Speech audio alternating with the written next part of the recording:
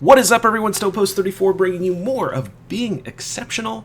This is the third in a series that I've done about how to help you, just some advice, life advice that maybe you can take to the bank, so to speak, quote unquote, and just maybe have a leg up on the competition. The first ones I've done have been advice that my father shared with me. This one is, I got to tell you about the gameplay. We're running big ammo.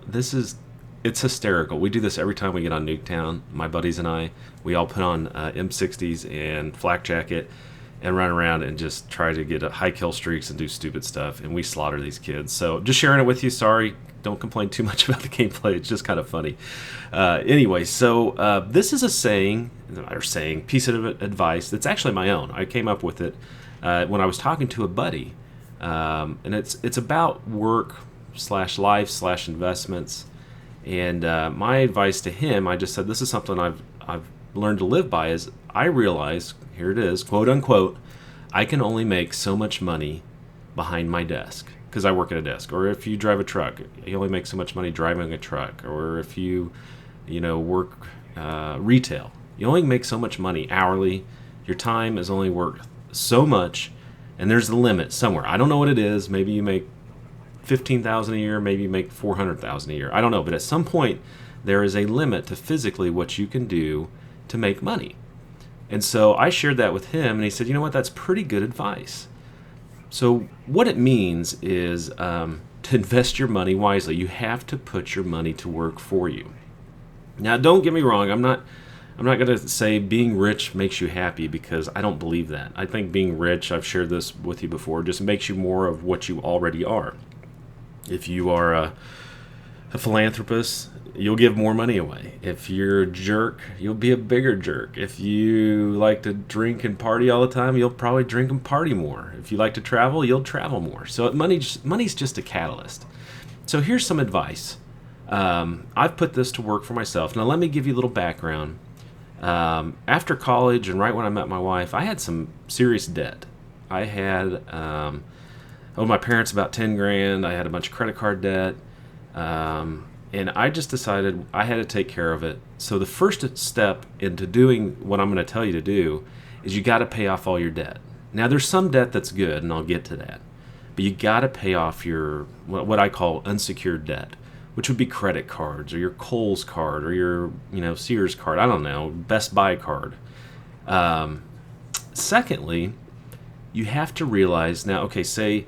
If you're going to spend $100 on something, but you're going to put on a 20% interest rate, or if you can pay cash out of your pocket, but you won't be able to buy something else, you just need to understand the value of, well, it's not the value, but revolving credit.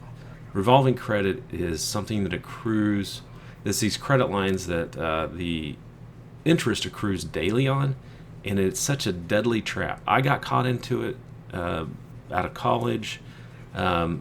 And basically, you're just going to be swimming in debt. I have family members that have issues with this, so it's pretty prevalent. I guess that's where I'm going with this. Now, what do you invest in? Okay, you've got your typical investments. You've got your 401k. You got an IRA. I think those are fine, but just remember those investments typically, you can touch them, but you're going to have penalties if you withdraw or access those. You can borrow against them, but you cannot take them out until you retire. So those are good investments, but just remember those are down the road. Those aren't investments that are really going to help you right now. The things I do recommend are, and I'll just tell you my investments. Here's what I have. I have an IRA. I have a SEP, which is an employee share plan. My company pays basically for my retirement. Now those two things I can't touch. Now, I do have rentals. I have rental properties. Those I would definitely recommend. Now, why would I recommend rental properties? First of all, it allows you to have a tax shelter. Now, if you're not making a lot of money right now, it probably doesn't matter, but down the road it will. You get the depreciation. So if the house depreciates, they do it on a 29.5-year depreciation schedule. You get the depreciation. I'm sorry, that is the depreciation. You can get appreciation through the value of the property. Haven't seen much of that lately.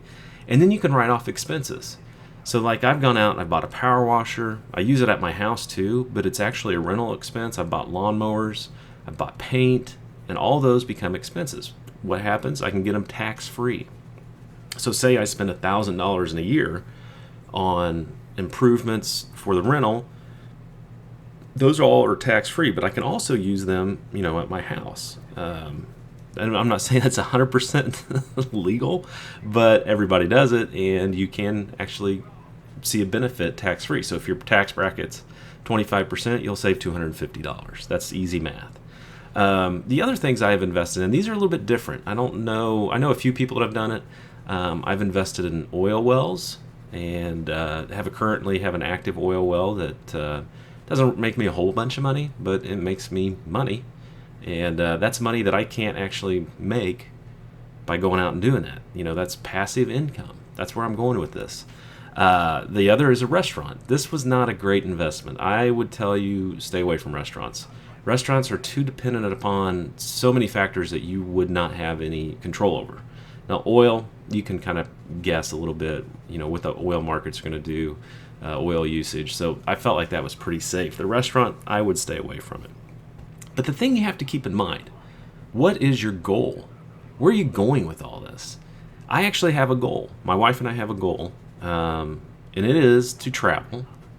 But we want to have around 20 rental properties by the time I retire. Now I'm 37, so I've got about 25 to 30 more years to get this in place. And then I just want to be able to travel and do YouTube. Just kidding. I doubt I'll be doing YouTube. But have a goal in mind. And, if your goal is to, work till you're 80, then you're probably okay not changing much. But if you want to retire and enjoy, your grandkids or your family or whatever it is, you need to have some sort of a goal. So anyway, I guess my advice to you guys is put your money to work for you. If you're in a position where you don't have a lot of money or you have accrued a lot of debt, my advice to you is pay that off as quick as you can. And it hurts a little bit at first, but once that, if you take that money out of your paycheck before or out of your account and pay your debt, you won't even miss it. Trust me. I mean, you're not going to miss going to a restaurant, a couple times a week versus paying off, thousands of dollars in debt. I did it. It took me about a year and a half, maybe a little bit less than that, to pay off all my debt, and you just got to make it a priority. So guys, that's my advice to you. Just remember, you can only make so much money in your job and put your money to work for you. So I hope you guys are enjoying the Being Exceptional series. Take care as always. This is StonePost 34.